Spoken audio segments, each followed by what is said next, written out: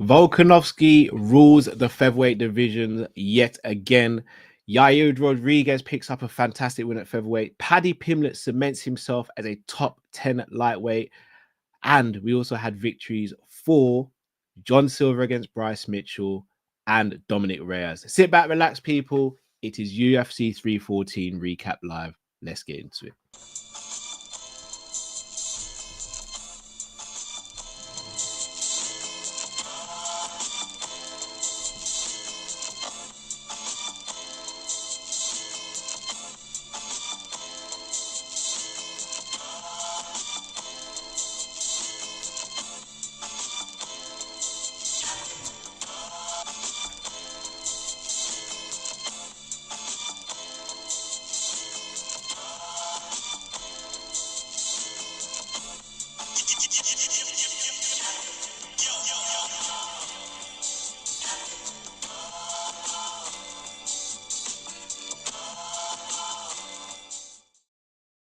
Yes, lovely people. I hope you're well. Please do smash that like button, subscribe if you're new to the channel. On the road to 7,000 subscribers, please make sure you're hitting the like button. Right, another main card in the books. UFC 314 in Miami, in my opinion, more than delivered. I thought it was a fantastic main card. Out of the 5 fights, there were 3 finishes and 2 of them went to decision. Fight of the night for me was definitely Volk and Lopez. A back and forth affair. Volk won, clearly. I don't think it was a robbery in any stretch of imagination, but Lopez, he was brilliant in that fight. Gave as good as he got, and he was game from minute 1 to minute 25. And Volkanovski has now recaptured gold. He broke the curse, guys. If you're over 35 in the lightweight divisions, you don't usually win the belt back. However, Volkanovski said, I'm too great, pun intended, not to do that. And he did.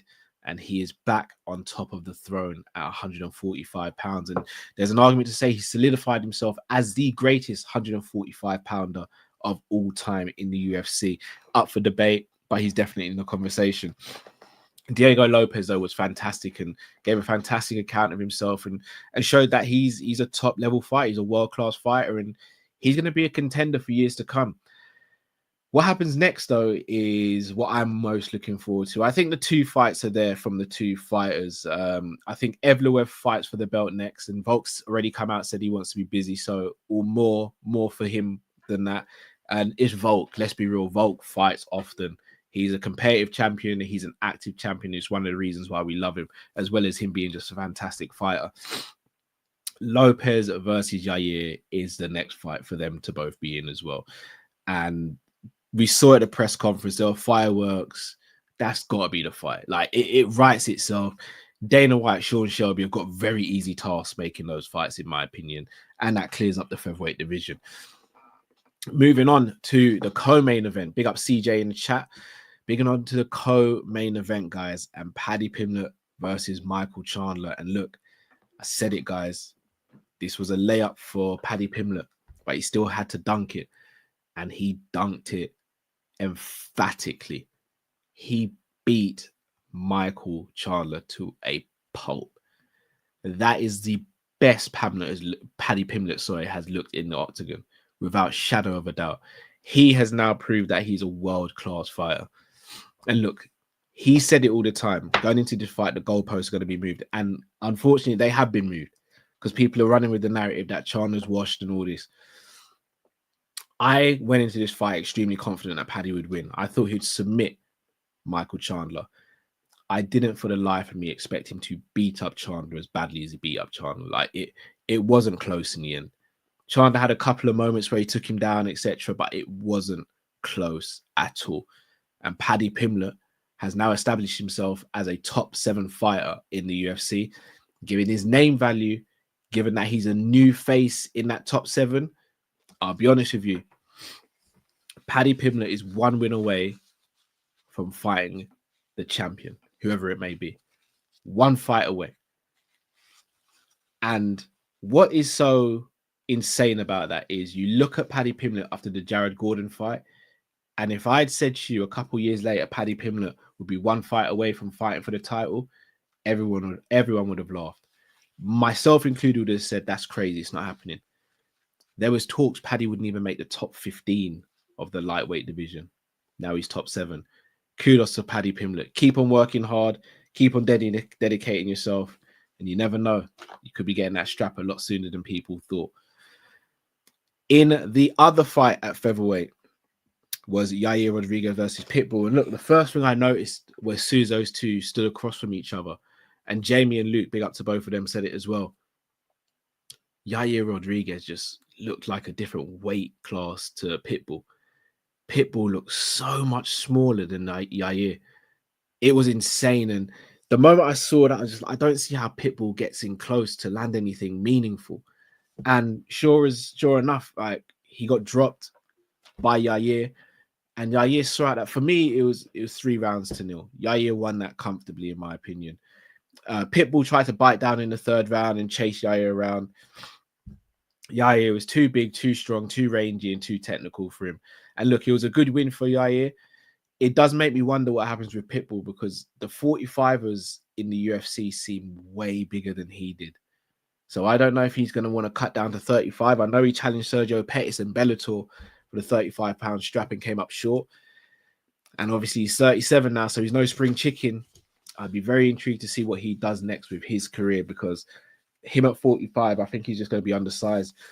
Even thinking about him against someone like Aljamain Sterling, who's come up from 35, I think he's going to be way smaller than Sterling. Sterling's not even the biggest of featherweights. Look, I'm not saying he can't have success at featherweight. I just don't think he's going to be one of the people who challenges the top echelon of that division if he stays there. Let me know your thoughts in the comments. On to what was, in my opinion, the most eagerly anticipated fight on the card, and that was Bryce Mitchell versus John Silver. Look, these two sold the hell out of the fight. John Silver went into the first press conference as the fan favorite. I'd arguably say Paddy turned the crowd in the second press conference. And even after John Silver won, I think people more dislike him now than actually like him. I may have read the room wrong, but I think his antics after the fight actually annoyed people more than it endeared people to him. Now, the performance itself was excellent. Look, Bryce, you'd say, won the first round, and then John Silver kind of started losing respect for Bryce's takedown ability and striking, and started walking him down. And look, the finish was absolutely brilliant. Put Bryce to sleep. And again, the fighting nerves just go from strength to strength. But I don't know. John Silver, for me, could have had a star-making performance. And he did have a star-making performance, but I don't know if he's a star now based on his antics after the fight. And it's a shame, because if he just toned it down a little bit, I think like people would have really been enamored to him. But it's a shame. It's a shame it went that way.